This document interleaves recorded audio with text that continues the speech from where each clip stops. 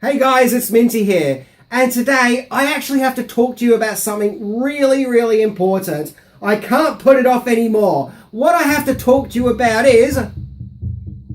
what is that really strange noise? Seriously, what is that? Where's it coming from?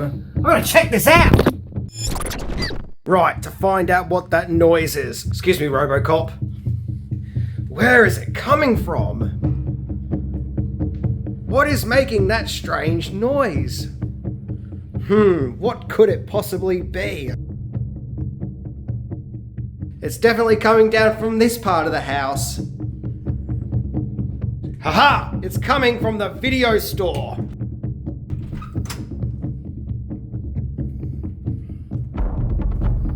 It's down here somewhere. Ah, yes! Of course! Jumanji!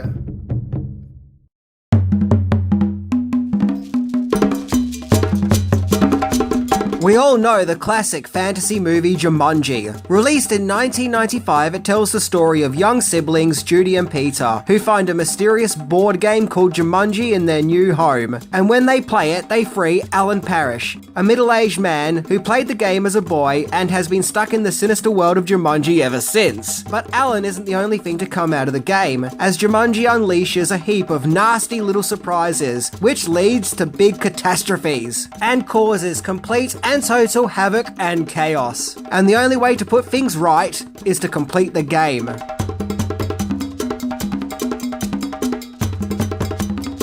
And any fan of the movie can tell you exactly how the movie ends, where Alan is now freed and goes back to his childhood to have a second chance at life, where we cut to an alternative 1995, where Alan didn't spend his life living in Jumanji, where he and Sarah are now married and waiting for their first child, where at a Christmas party, they meet a new alternative Judy and Peter, along with their parents, where Alan and Sarah stop their parents from going on a skiing trip, thus preventing their deaths.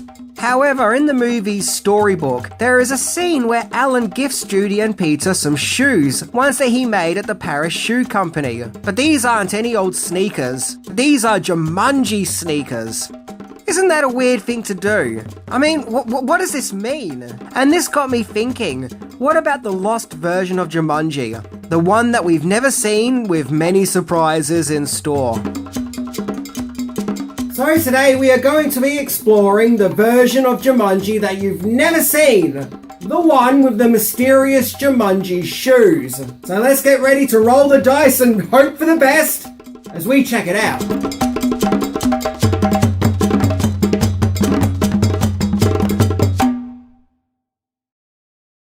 So we are going to go into my homemade 1950s diner to look into the book of Jumanji, where it all began.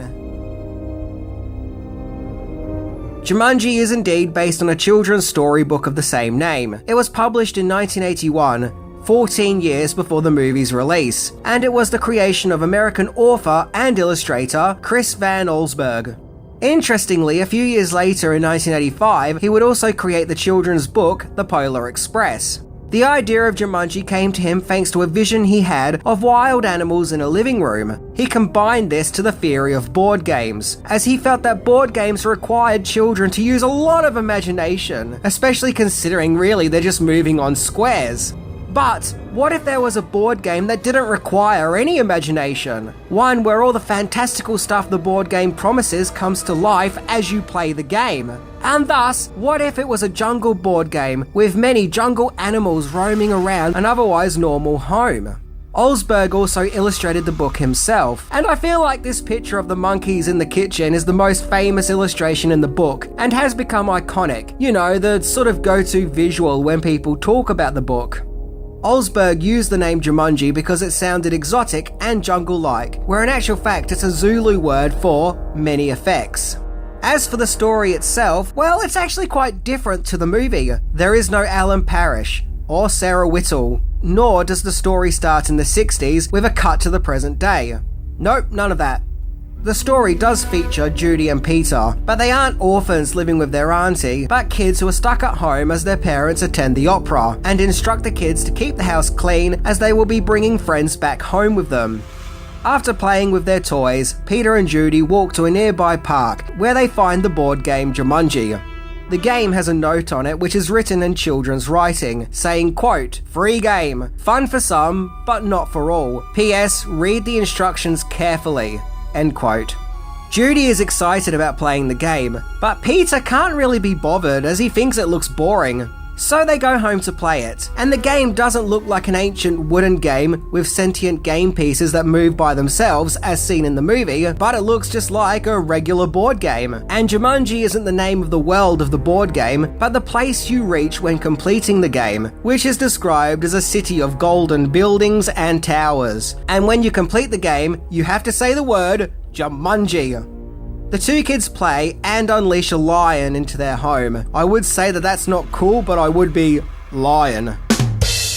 Judy insists that they must keep playing and complete the game in order to send the lion back as stipulated by the game's rules. From there, Judy and Peter unleash monkeys, a storm, a rhino stampede, and a python, as well as, interestingly enough, a lost tour guide man. Interestingly, the Jumanji tour guide would go on to appear on screen in the 2017 sequel, Jumanji: Welcome to the Jungle. Not only that, but the kids unleash a volcano in their house, which covers the place in smoke and molten lava, with the volcano coming out of the fireplace. Now that would have looked cool on film. Judy wins the game and everything goes back to normal. They race back to the park and put the board game back where they found it, where their parents then finally return to a normal house. Unlike the movie where the Jumanji game gets let loose and runs havoc in the entire town, in the book it's only confined to Judy and Peter's home. Peter tells their mother what happened, but she doesn't believe it and puts it down to, quote, sleeping sickness, I guess suggesting the whole thing may have been a dream. The story ends with Peter and Judy looking out a window and seeing two other children finding Jumanji and walking away with it. It is a fun book, and all the differences make the original Jumanji story its own alternative version of Jumanji. And who knows what it would have been like if a different movie production made a theatrical version of the story and made it similar to its original book. It would definitely have been lower key and a smaller scale, whereas the movie was very theatrical in every sense of the word.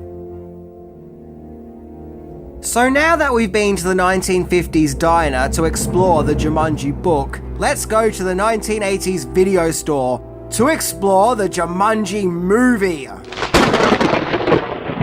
Yeah, that's right, that's what I'm talking about.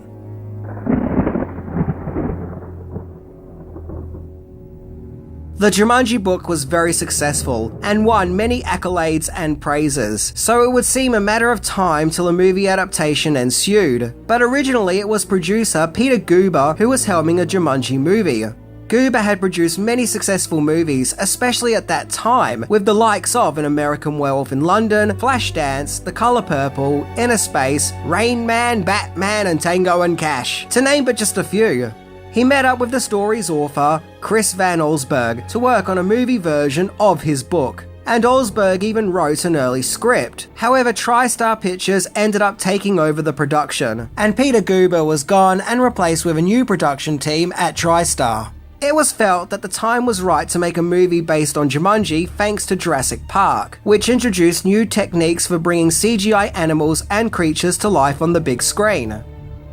The two actors considered to play Alan Parrish were Tom Hanks and Bruce Willis, but they were too busy working on other movies. Many other actors were considered, but TriStar then really had their sights set on Robin Williams, but he turned it down as he didn't like the script. The studio then insisted that the movie would only go forward with Williams' participation. After all, at that time, he had starred in fellow family movies, Hook and Mrs. Doubtfire, of which were very successful.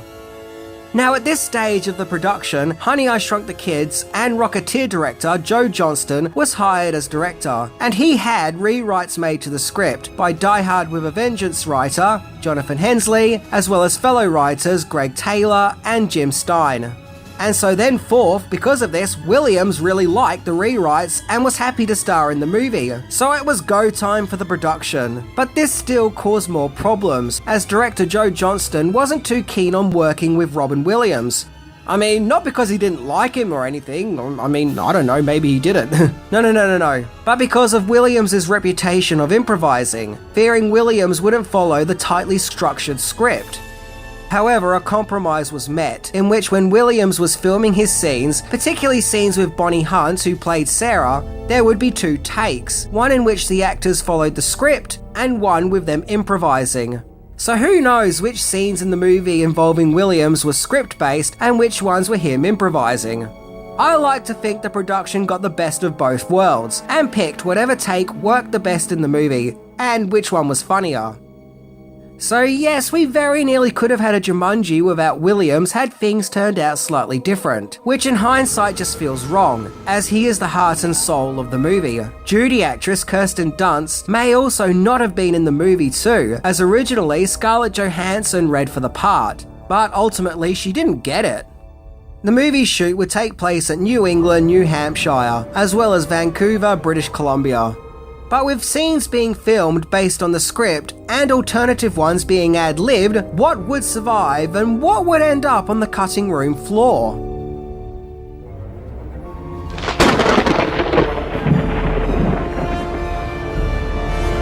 So there are several deleted and alternative takes that didn't make it into the final film. A YouTube channel called Industria Media uploaded a video showing rough recordings of some of these strange scenes, which is really a fascinating watch, and I highly recommend it to all Jumanji fans, so go check out that video. But in the meantime, let's look into some of these scenes. One is an alternative take where Alan steps out of the bathroom having just shaved for the first time. In the theatrical cut of the movie, Alan is more serious and subdued, whereas in this alternative take, he's more comical and jovial, and even asks, "Where are the chicks?"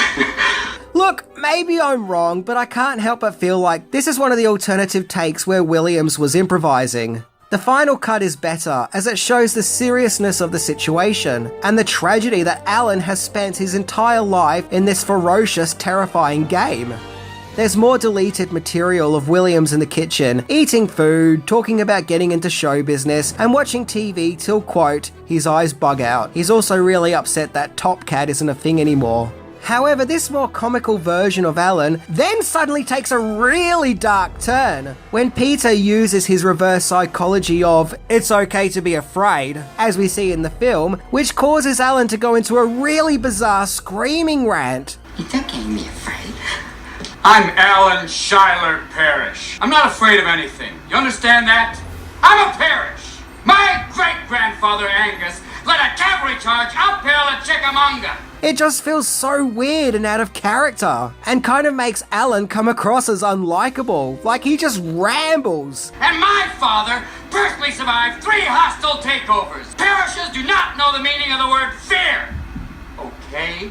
Going back to the final cut, yes, Alan is being stern and serious, but he is still calm and collective. In fact, because he is so quietly spoken, actually amplifies the severity of Jumanji and makes the game seem even creepier, in my opinion. In fact, there are several scenes where you can see that they were going for multiple takes with Williams, I guess to see which lines and jokes work the best, like here with the pelican scene. Whoa, nothing like a full face of halibut breath. Ooh, low tide breath. Whew. Nothing like day-old clams. I know what they call it, smelt. So you want a neck, huh? Oh. I know the seagulls. They're friends. Ah, it's mine! Oh, wow! Almost got the eel. Yep, you heard that correctly. Robin Williams just referred to his junk as the eel. Almost got the eel. You can see Williams working his ass off, trying to find which joke would fly and work the best. Hey, sometimes it can be really hard getting the comedy to land and feel organic. I'm not afraid of cats, are you? Okay. Toro. Look at the salmon, look at the salmon, look at the salmon, look at the salmon. Okay. Your master's no good. Mine is better. Ready? In the end, the scene of Alan having comical dialogue with the pelican was removed, and probably for the best. The exact same thing happened when Alan sees Peter in his monkey form for the first time. His hormones kicked in early, didn't they? We'll pick up a razor on the way out, okay? Lon Chaney Jr. Wolf boy. Is it a full moon or is something happening to him? Someone dipped him in minoxidil. Roddy McDowell. Honestly, like some of the previous scenes, this just makes Alan less likable and sincere, and more like an uncaring goofball, which is strange as in the final movie he was a very likable character. In the final cut, Alan looks at Peter's monkey transformation and just says, "Oh great," which actually helps to segue into the next scene. Yes, Alan is being stern to Peter, but he then comes to the realization that he's becoming his father, where he then changes his tune. It's great character development, and shows that deep down, Alan has a good heart. This is so much better than Alan cruelly making jokes about how Peter looks like Curious George. When did he become Curious George? To be fair though, that was pretty funny. And I also think that it would be fair to add that some of these takes may not be deleted footage, but just Williams goofing around and having fun on set, because I can't imagine some of these jokes ever being considered to being used for the actual movie. Oh, I warned you about touching yourself. Likewise, there is more improvising in the scene where Alan and Sarah are stuck in the floor, where they have more chit-chat and make jokes about each other's faith, but in a fun, playful manner. And once again, it just felt more gentle and sincere in the final movie, without having to desperately find a good joke or gag. Sometimes a scene just doesn't need them. Hey, you floor me. So it's here we get to the infamous ending I mentioned at the start of the episode, where at a Christmas party, Alan and Sarah gift Judy and Peter with some Jumanji sneakers. It is a bizarre scene. Alan and Sarah also look very curious to Peter and Judy's reactions. What do you think? Weird name for a sneaker. I don't get what's going on here. Could this be to see if their Jumanji shoe brand will catch on? Could this scene have been made so the studio can release some Jumanji shoes in the real world? You know, marketing, by advertising that you kids can now have your own pair of Jumanji shoes. Like, what's going on? Going back to the storybook, I think that does kind of explain what's going on here, as it's explained that Peter and Judy found the name Jumanji to be a really weird name for a pair of sneakers, as we just saw in the footage, where the book concludes with, quote, Alan and Sarah exchange a look. Judy and Peter don't know. It was as if the whole game never happened, which was just the way it should be. The end. Maybe I'm wrong, but this tells me that Alan and Sarah put these shoes together specifically to make sure that Peter and Judy didn't know what on earth the name Jumanji is, and to make sure that in this timeline, the events of the game never really did happen, and that they are well and truly free from the Jumanji curse. You know, sort of exposing them to the name Jumanji, to fully make sure that these kids don't know what on earth Jumanji is, or recognize it for that matter. Nope, they're gone from the game, it never happened.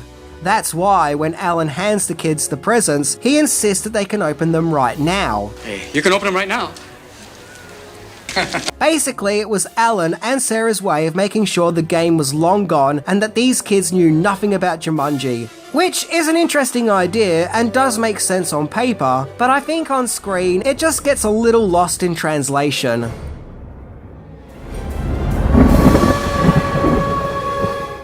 When Jumanji the movie was released, it was a massive success, becoming a staple of many people's childhoods. Probably to the point where the movie's recognizability may have overshadowed the book, as it is a movie that those who grew up with it absolutely adore it, and it's considered a high achievement in Robin Williams' career. One of the many memorable movies he starred in. And Jumanji's director Joe Johnston would go on to direct the first Captain America movie, where he may or may not be morphing into Anthony Michael Hall. Seriously, he totes looks like Anthony Michael Hall here, right? As for the scenes that were cut, do I think the movie is better for it? Oh my god, yes! Yes, 10 times over, 100 times over!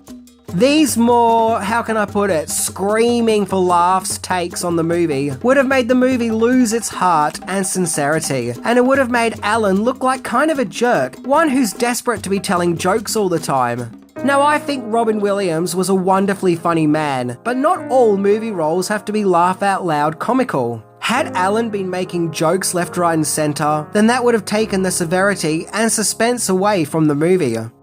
Maybe Williams went into the movie thinking that it was an all-out balls-to-the-wall comedy, but really, Jumanji isn't. And when you think about it, Alan Parrish is actually a really tragic character, and so I'm really glad we got the more sincere performance from Williams in the final film. and he truly is brilliant in the part, one of his best performances. Thanks to the eventual movie we got, Robin Williams touched the hearts of many of our childhoods. Words can't describe just how much I love Jumanji. It really is a special piece of my childhood, a time capsule of when I was just 11 years old. And I do still watch it now, but sometimes when I watch it now I do feel a little bit sad because Robin Williams is no longer with us. Anyway, I'm Minty, and when it comes to Jumanji, I really do prefer kind and caring Alan Parrish over comical class clown Alan Parrish any day. See ya!